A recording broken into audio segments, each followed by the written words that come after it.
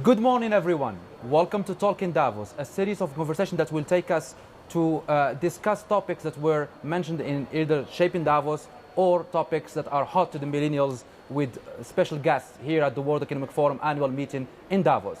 Today we have the honor and we are delighted to have a special guest. We have with us Paolo Gallo. Paolo, good morning. Good morning. Delighted to be here. Thanks so much Thank for inviting you. me. So me and Vijay will be taking you in this series where we'll be looking at topics. And as I said, our guest today is Paolo, the Chief Human Resource Officer of the World Economic Forum, and also a transformation coach. We will be looking more into that. So my first question, Paolo, is it true that you receive 200,000 CVs per year? No, it's 20,000. 20,000? 20,000. Wow. And it's not me, it's the forum.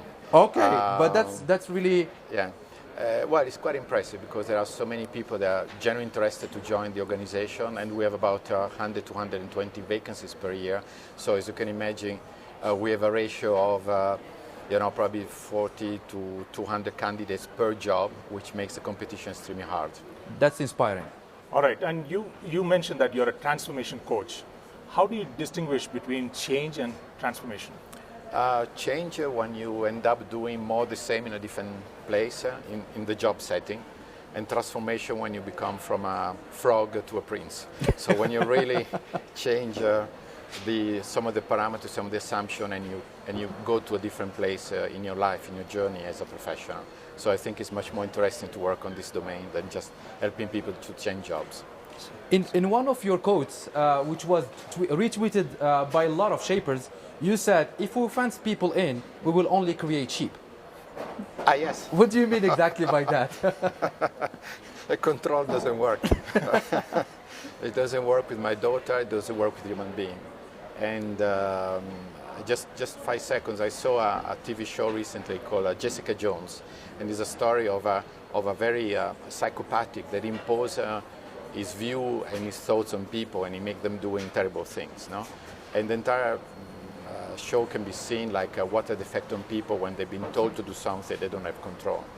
So living beside the show, I really believe that freedom in terms of accountability, in terms of using your moral compass is much more powerful than having organization or institutions or politicians that impose the rules on people. So an organization, if you put fences, you get sheep, which is not good. Paolo, picking up on that, Yeah. you spoke about taking accountability and having your own moral compass. Yeah. You wrote a HBR article on the global shapers talking about how trust plays such an important role. Could you talk a little bit about that? Listen, one of the reasons why I have a huge amount of respect and admiration for the shapers is not only about what they're doing in their communities, but it's also what does it mean to organizations, to practitioners like myself working in human resources. And we're going to have a session on Thursday talking about the millennials. But fundamentally, if you think about, we're now, and the theme of this annual meeting is the fourth industrial revolution. But I really believe that in terms of people management, we're still using tools and mental models that applies to the first industrial revolution. Fundamentally is we tell them what to do. We have to show up at the office from 9 to 5. We'll pay you to do it. We put human resources and managers to control that you're doing. We promote you if you succeed, and we fire you if you don't.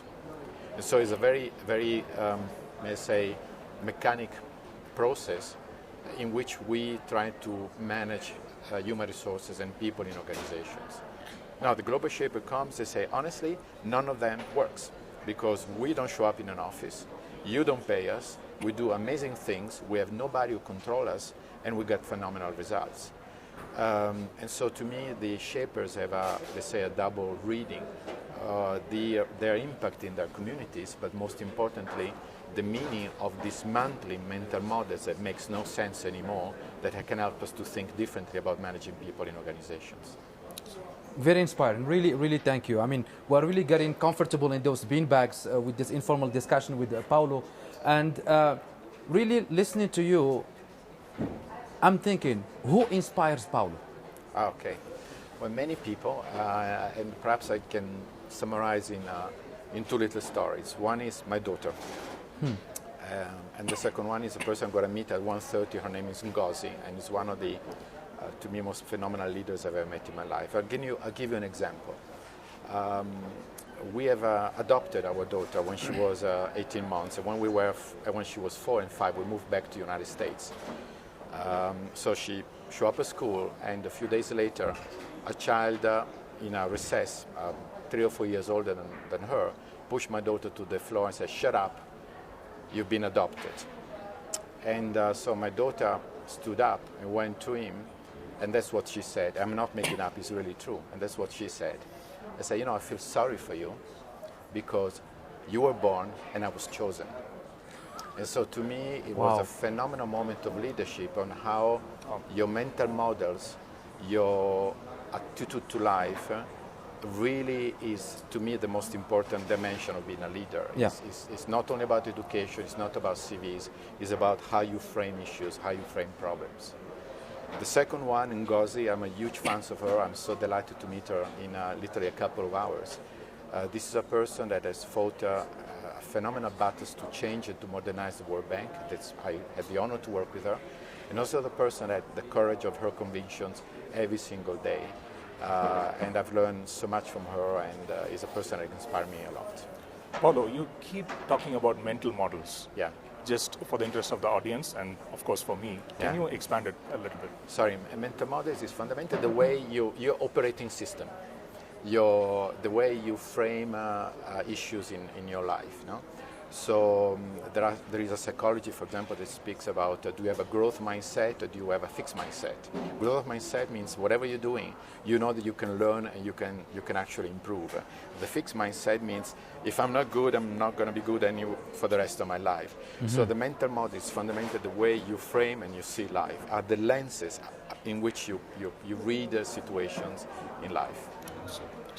You also wrote a book, and it's going to be published soon. Yeah, I hope so. This year. Yeah, it will be. Yeah, what was the topic about, and could you tell us a little bit about? Yeah, well, this book is. I've been head of human resources for now 15 years. I had the pleasure to do this in Italy. I'm coming from there, clearly because of my accent.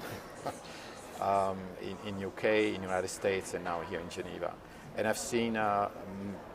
Thousands of candidates, thousands of people that join organizations, but only some of them succeed.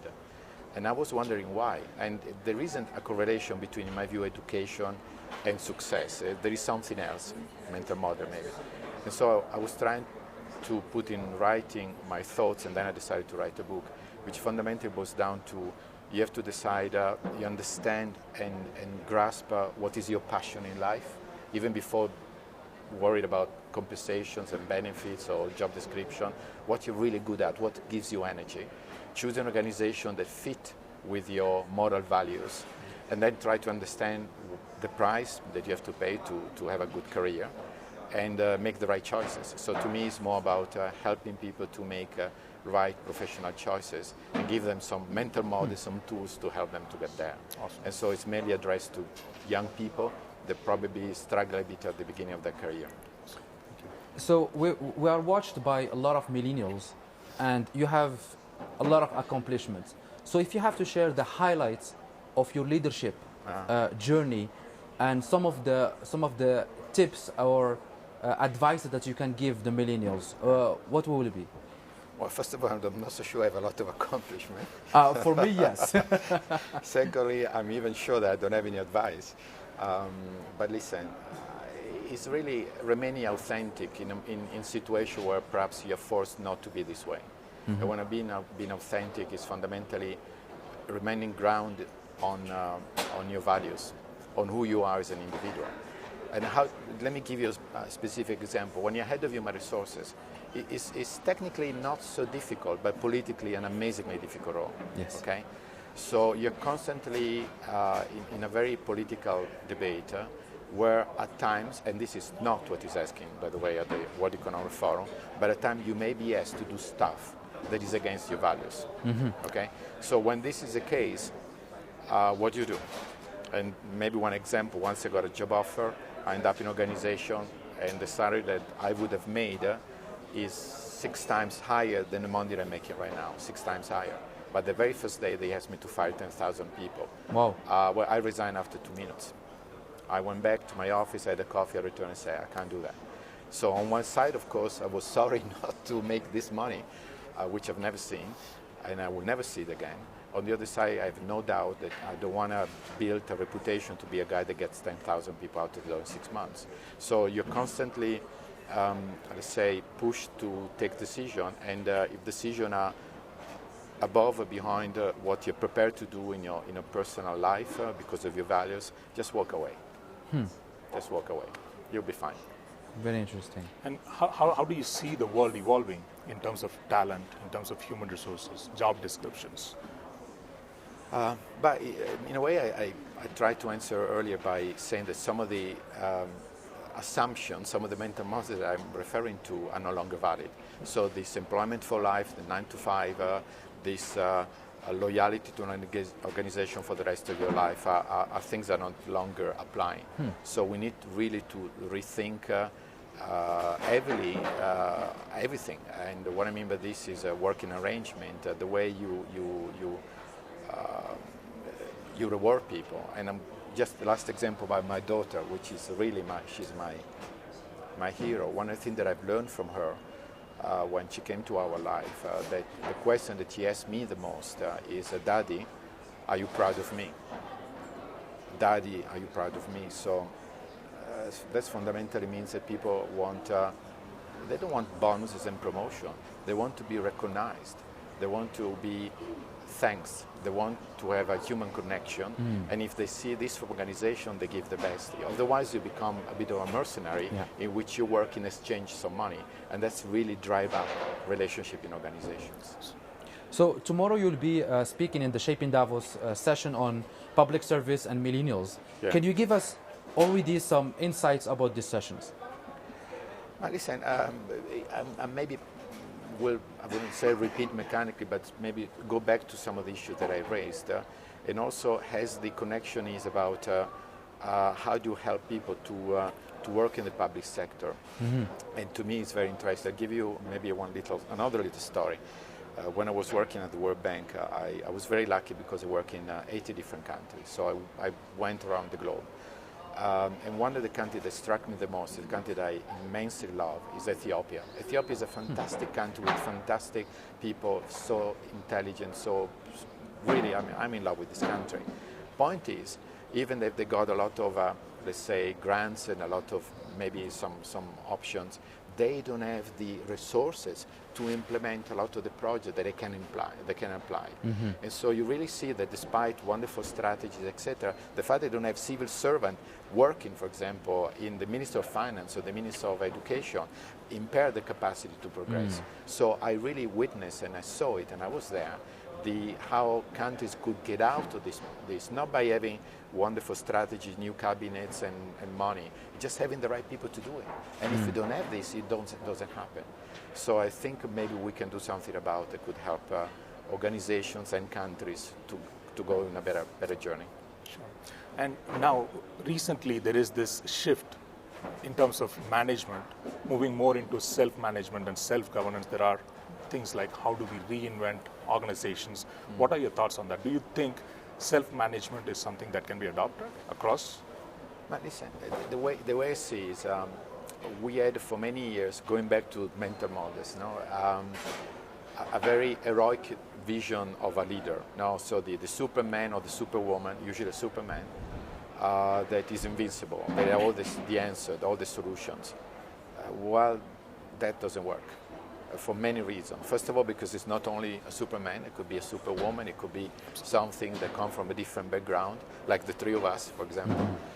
Secondly, the complexity of what's going on right now implies that you need to cooperate, you need to really use your teams, you need to work with different people that bring different skills. So to me, the model of an heroic person that come over and within 6 months fix all the problem, politically and organizationally, doesn't make any sense. Sorry, a bit of a strong statement here, but this is what I believe in. So our last question to you, Paolo. You have this amazing track in human resources. So what is the ideal profile or ideal candidate for you? Within at the forum? You mean? Yeah, please. But listen, the way somebody that is intellectually curious, okay? And how do I mean by this? It's not by looking at the curriculum vitae, but also a person that has been able to use his skills in different capacities. Second, somebody has been able to connect this with something social, something that I don't want to, but if you spend all your life in a trading floor, in an investment banking in New York, I start to be doubtful that you're really interested in social dimension. Okay, maybe I'm wrong, but I have a bit of a question mark. And the third one, that is a person that is with an international background, that has been able to operate in different contexts. And when you see this dimension, you start to see somebody that can probably work effectively at the forum. And last, a person that knows that it cannot be a prima donna, has to constantly connect the dots, constantly to work with other people, and has built a relationship of collaborators that you trust all over the globe that you can use. When you have this, to me, you're probably in a good shape to be a great shapers, a great person working for the World Economic Forum, maybe for other great organization like the one that I have the honor to represent. Awesome. Paolo, thank you so much for making the time. It's been a pleasure. Thanks for sharing the insights, and hope all of you who are watching this show, you enjoyed this discussion with Paolo, Chief Human Resources Officer of the World Economic Forum.